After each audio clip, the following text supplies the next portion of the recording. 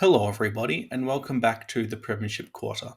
Today, I'm going to be doing my 2024 predictions for the Geelong Football Club. I'm going to be talking about their best 23 that I have predicted for the upcoming season, a couple of their awards, including the best and fairest and the top three. I will be talking about their list changes from the previous off season, as well as where I have them in the ladder for the upcoming season. To start with, I'm going to be talking about their best 23.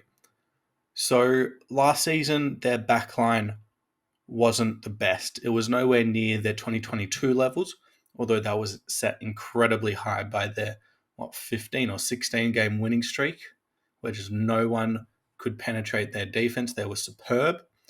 It also came from their midfield just being absolutely obliterated every game, and they were just conceding a lot of easy, cheap inside 50s.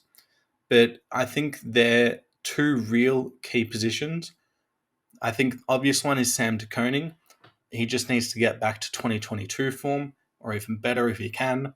He really struggled last year, was very indecisive with his one-on-one plays. He didn't know whether to try intercept or to try lock down his opponent, and it got him caught quite a few too many times. And then the other position that I have is filled by Jack Henry. There's no real other position for him to play. I think their forward line's pretty good. So I've got him filling in as that second lockdown key position defender. He's a bit undersized in a sense, where I don't think he is going to be that crash and bash pack spoiler where he's going to punch the ball 20 meters from the pack, but that's not really how Geelong play, so I see it fitting anyway.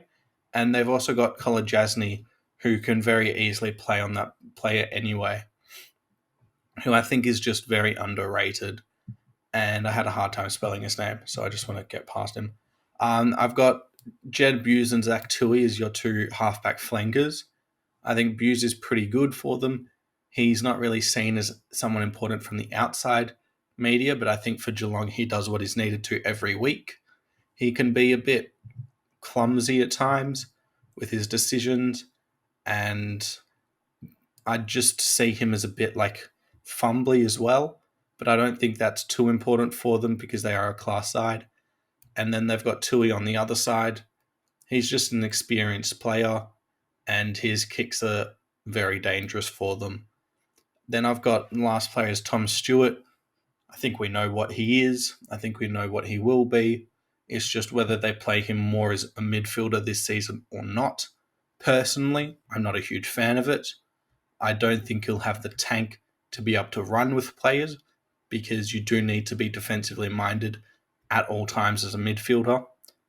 And I think with his marking ability and his game reading, he'll be much better as a halfback flanker, essentially, for Geelong.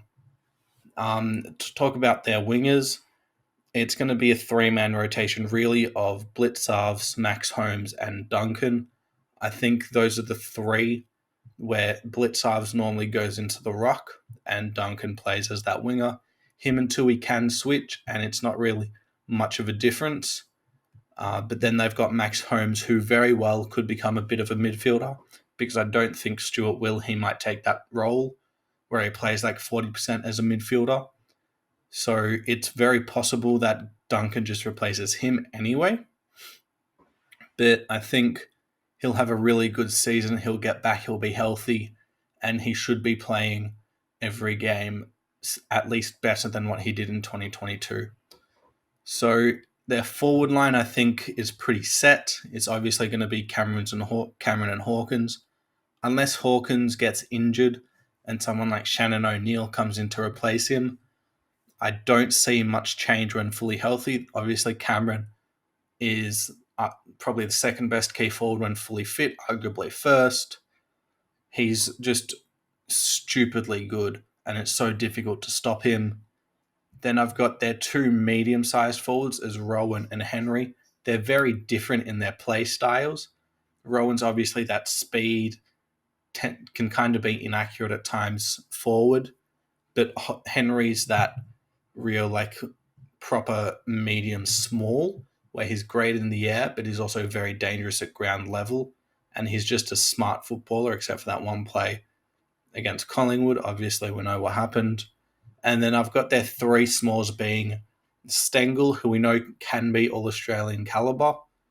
If he just gets back to that 2022 form, then he'll help Geelong a lot. But it was just such an outlier of his career that I don't know if he will. And then they've obviously got Myers and Close. Myers is just a connecting piece, I think. And then Brad Close also is that he tends to kick more goals than what Brian Myers would. I've got their midfield being Stanley as their ruckman, at least to start with. I think it'll be a toss-up by the end of the season between him and Conway. I do hope they play Conway enough games to where he shows some stuff for the future, because I don't think Stanley's good enough to the point where he should be holding some young player out. Obviously, Blitzarves does play there quite a bit as well. And then I've got Dangerfield, Guthrie, and Atkins as their three midfielders. Guthrie is probably the most important for them. He missed a lot of last year. I think he only played 4 games for them in the end. And he's very important to how their midfield works. So if he's healthy, then it changes a lot for their midfield. Atkins as well had a dip last year in form. He didn't really miss too many games. So it's more so just him understanding how to play without Selwood. Maybe he needs to take up that Selwood role where he is that fighter as a midfielder, and that can allow Dangerfield to do what he did when Selwood was playing. And then off the bench, I've got Tanner Bruin being that backup. I think he's a good young piece and he can definitely be there in the future, but I don't know how high his potential could be, and I'm not too sure how talented he actually is by foot. Player that missed, unfortunately, was Sean Manor. I just couldn't quite see where he fits into this team. Does he take the place of the younger Tanner Bruin? If Tom Atkins isn't playing, does he really go above him? And then unless Duncan or Tui gets injured, I don't really see him getting above those two either. So maybe he starts as a sub, but it's also a tough thing to do. But he is more mature, so maybe he accepts it. Then to talk about their best and fairest award, I think top 2 are relatively standard. I don't think anyone's really going to win it over Stewart if he's actually healthy. He quite clearly is going to make the All-Australian team basically every year, at least a 44-man team. And then Jeremy Cameron, it was probably top 5 in the Coleman, not just in the Coleman, but in the Brownlow for the first half of the year before he got injured. So I've got him finishing second, and then I've got Cam Guthrie finishing third. I think he is what makes that midfield work, especially without Selwood. He'll just need to do what he does and stay healthy for them. Their most goals, I've got Cameron obviously winning it. I just see him doing what he did at the start of the year, maybe not to that same level, but he'll be able to do it more consistently throughout the year, and hope he doesn't get injured. Second, I've got Ollie Henry slightly ahead of Tom Hawkins. Might be that Hawkins kicks 41 goals, Henry kicks 45. And it's 4 goals isn't really a big difference. But I just think he actually had a really good season last year, Ollie Henry. And so Tom Hawkins slightly coming back with age and him getting a bit more of a role. I see him finishing slightly above. I think Stengel could also finish above Hawkins, maybe, if Hawkins does take a bit of a bigger step back than what some realise. But I don't think he will. I think he'll still be good enough, and he'll feed on the bad teams like a North Melbourne, because they don't have a solid key defender at the moment. To talk about their most improved, I think Ollie Henry might not statistically get a lot better because he did still have a good season last year. But I think in terms of media coverage and how people perceive him as a player, I think he'll get more recognition, and in turn that'll help him be like a more improved player in a sense. Second, I've got Zach Guthrie. I'm a pretty big fan of him. I didn't really talk about him in my best 23, but I think by the end of the year he could become better than a Jed Buse. I think he's better in a one-on-one situation. And I also think by the end of the year, if he gets more comfortable with knowing what he can do for the team, then he could easily be better than Buse and take that starting spot. And then third, I've got Coney simply because if he's not as bad as he was in 2023, then he's technically improved. All he needs to do is get back to his 2022 form, and it'll be a good enough improvement for me to make their top three. To talk about their list changes, they didn't really pick up anyone in the trade.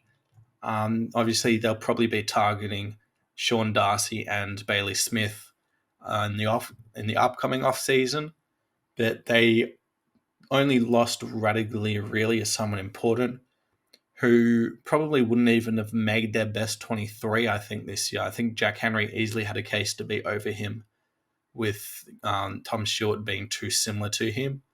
And obviously, Menegola got retired, but they only really drafted Sean Manor and Connor O'Sullivan as their two real pieces moving forward. To talk about where I have them finishing for this season, in my ladder prediction, I have Geelong finishing 15th. I think, as I said in my Essendon prediction, they're one of the biggest teams in terms of a range. If you were to go where they could finish when they play their best and when they finish if they get injured with everyone at their worst, I think they could easily finish bottom four if a lot of people don't perform. But I also think they could almost get a home final for that's 5 or 6 if everyone plays to their best. I'm leaning a lot towards the bottom four side at the moment, which is why I have them at 15th. But I just think Hawkins might take a step back. Kolodjasny and Buse might get a bit injured with the heavier legs. Stanley might not be as big to them. Dangerfield again might take a step back. And Gary Rowan as well. If older legs with how he plays, it could really affect him. So I think it'll be a tough season for Geelong in the end, but I think it's important for them to know that this list probably isn't going to last as long as they once thought it would. So I just think it's a good thing for them actually, because they'll be able to get a top 4 draft pick. They'll get in just before the expansion team in Tasmania comes in. So hopefully they can get a good enough base and spine for this team before that. And then they can build by 2027 to hopefully be in that premiership contention again.